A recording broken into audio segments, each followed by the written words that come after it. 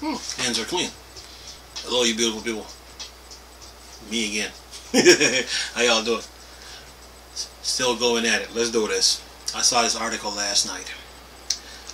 Let's really get down to the bottom of this. PlayStation is jealous of Game Pass. PlayStation is jealous of Xbox Game Pass, or better yet, PlayStation boss Sean Layden is jealous of Game Pass. Okay. So PlayStation. Let me ask you this: you're talking about Game Pass, but my question to Sean Layden is this: how comes your place? People always talk about sales when it comes to the Vita. Those people are such a beginners. My question to Sean Layden is this: how comes your PlayStation Vita wasn't backwards compatible with PSP? Again, how comes your PlayStation Vita was not fully backwards compatible with PSP games? Oh, here's another argument for Sean Layden. Why did you leave your PlayStation 1, PlayStation 2, PlayStation 3 behind when it came to the PlayStation 4? Why? And why didn't you take your PlayStation 1, PlayStation 2, PlayStation 3, and 4 catalog of games and add it to PlayStation Now? See, PlayStation name is big overseas. It's big. But guess what? You got PlayStation Now, but a few people might know about PlayStation Now. A few people might know about Netflix, and people might know about the Epic Store. But everybody knows about Game Pass. Every gamer knows about it more than they know about PlayStation Now. So you're mad because the PlayStation doesn't have PlayStation Game Pass. Okay?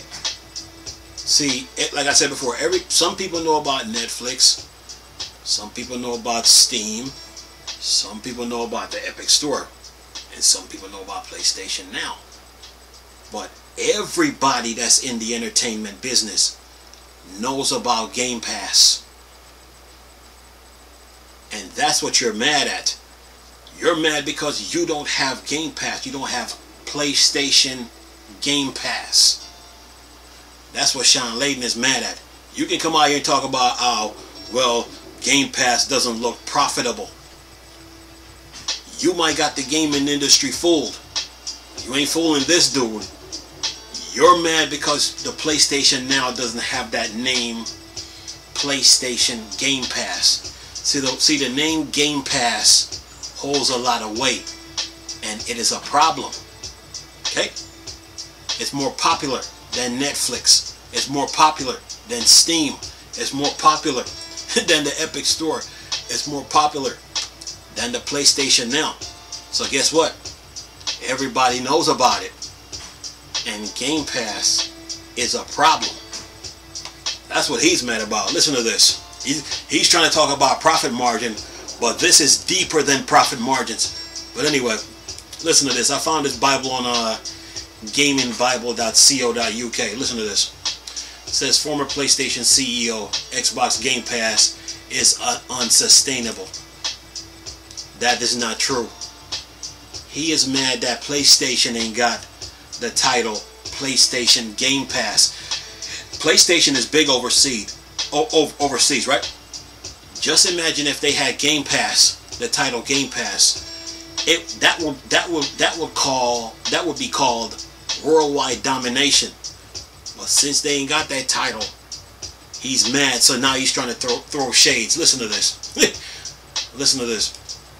He said, there is no denying that subscriptions and streaming service are on the rise. Xbox Game Pass is so popular that some PlayStation owners are baffled that Sony has yet to simply copy what Microsoft is doing.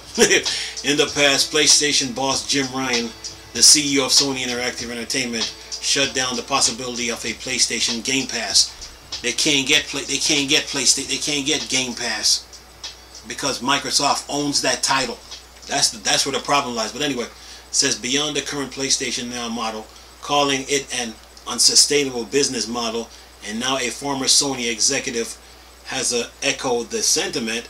Game Pass is pretty much an essential for the Xbox Series X, a console we like a whole lot. But anyway, that's the title over the this YouTube video. But anyway, it says here, speaking with GameIndustry.biz, Sean Layden, who served in several senior roles during his time at PlayStation until 2019, most notably as chairman and CEO of SIE World Studios, Sony Interactive Entertainment. But anyway, expressed skepticism for subscriptions and streaming service. According to him, nobody has figured out a good working business model for them, and he believed that neither will encourage more people to purchase home consoles. People don't buy consoles because they want more steel and plastic in the living room. He says people buy consoles because they want access to content. If you can find a way to get the content into people's home without a box, then yes, indeed everyone has a streaming solution for some form. Most of it is limited by whether you have a decent internet connection, and they haven't constructed the business model that works for that. It's very hard to launch a 120 million games on a subscription service, charging $9.99 a month. He continues. You'll pencil it out. You're going to have 500 million subscribers before you start recouping your investment. That's why right now you will need to take a loss leading position to try to grow that base. But still, if you have only 250 million consoles out there, you're not going to get to a 500 million subscribers. Somehow, do you circle that square? Nobody has figured that out yet. Despite what Layden says, Game Pass remains incredibly profitable for Microsoft, and it's easy to understand why. For a regular subscription fee, Xbox game owners can access a massive library of titles, allowing them to experience games they otherwise may never have touched. Some games have even been added to it on the same day as they launch. Outrider was a day one Game Pass title, and publisher Square Enix believed that this decision bolstered player numbers and actually improved digital sales thanks to VGC. Layden is probably correct in that streaming service won't do much to boost console sales, but one of Microsoft's goals with streaming is to bypass needing a console at all. Game Pass is already available on mobile phones, and Microsoft is even planning to embed the service into smart TVs. Xbox TV, remember that Xbox TV I was talking about? But anyway, it says here Microsoft and Sony obviously have different business strategies right now, but even PlayStation fans must admit that Microsoft ideas are only benefiting its customers, with Game Pass arguably the best value subscription service currently available in gaming. Exactly. Well, not but Phil Spencer said something. I'm gonna go back to what Phil Spencer said. Sales ain't the end all be all to video games. Phil Spencer came and said sales ain't the end all be all to video games. So what Microsoft does, they focus on providing services for gamers. And Game Pass, the title Game Pass, Microsoft patent it, solidify it, and own that title. And this is what Sean Layden is mad about. He is mad that Sony doesn't have the title Game Pass. Neither can they get it because Microsoft has the name for it already. So nobody, like I said before, few people might know what PlayStation Now is. Some people might know what Netflix is. Some people might know what the Epic Store is. Some people might know what Steam is. But everybody knows what Game Pass is. And like I told you before, Game Pass is a problem, and it's eating at the competition. So this notion that Game Pass isn't profitable is a joke, because if you got Because if you got about what 26 million users or 23, that's good. That means you're growing, okay? And every time new games come out, it goes straight to the service on day one. You get it right then and there, okay? And that is a huge benefit to gamers. Now, like people say, features don't mean anything. In today's video game climate, features are important to your console. If your console don't have features, it is officially dead. Okay? This is why I kept telling people about the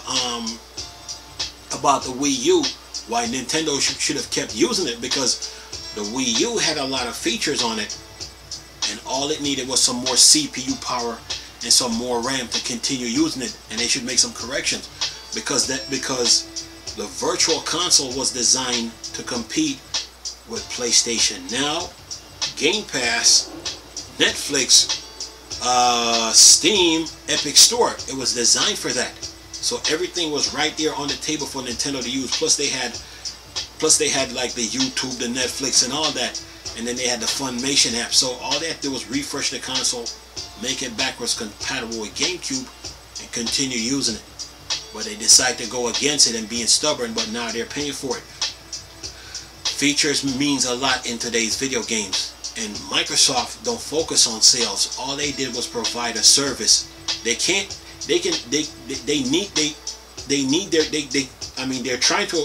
trying to so-called abandon console, but they can't do it because some gamers love console gaming. A lot of Xbox gamers like console gaming, so they're gonna have to continue making Xbox consoles. But far as services go, the service that they provide and how you can access them, whether it's on your mobile phone, whether it's on your tablet, whether it's on your laptop, your desktop, or whether it's on your console or your TV, Microsoft is making their service more available. Where Sony is more focused on sales and exclusive with less features. And Sean Layden right now, he's mad because he does not have that title, Game Pass. Okay? And that's what's hurting him. I mean, he can throw shades at Game Pass all he wants to, but at the end of the day, when the sun rises and sets, he knows that he doesn't have that title, Game Pass, and that's what's hurting PlayStation Now. And then on top of that, you left your entire backwards catalogs of PlayStation 1, 2, 3, and 4. Rick, you leave all that catalog behind when PlayStation Now really needs it. So it's really hurting him. And Game Pass is going to be profitable over time. The service is growing. Okay, the service is growing. So when new games come out, the service is growing. So it grows over time. But Game Pass is creating a problem for, like I said, Steam, the Epic Store, Netflix, because there were rumors of PlayStation joining Netflix to fight Game Pass. Okay, and there was also rumors of Netflix getting into gaming because of Game Pass.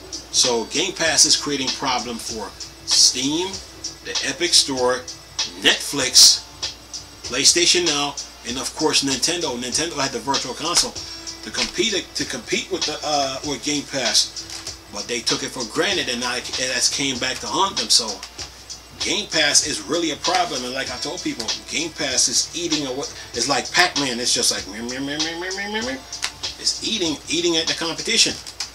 And this is what Sean Layden is mad about. He's mad that he doesn't have that title to go with that PlayStation fan base that he has worldwide. That's what's hurting him. Okay, so Game Pass is profitable. What he's talking is nonsense. Game Pass ain't going nowhere, and a lot of people like the service. You know, a lot of people do. So soon as new games come out, Game Pass. Okay, you got it's a Game Pass thing now. You got Xbox Game Pass, NFL Game Pass, baseball Game Pass, NBA Game Pass, NHL. It's a Game Pass thing now, and Game Pass is creating problems for the competition, including PlayStation Now, Netflix, Steam, the Epic Store, and also Nintendo. So when I told you that the entire gaming industry, the entire world run on Windows, and the entire gaming industry runs through Microsoft, I was talking about Game Pass. because they took that title.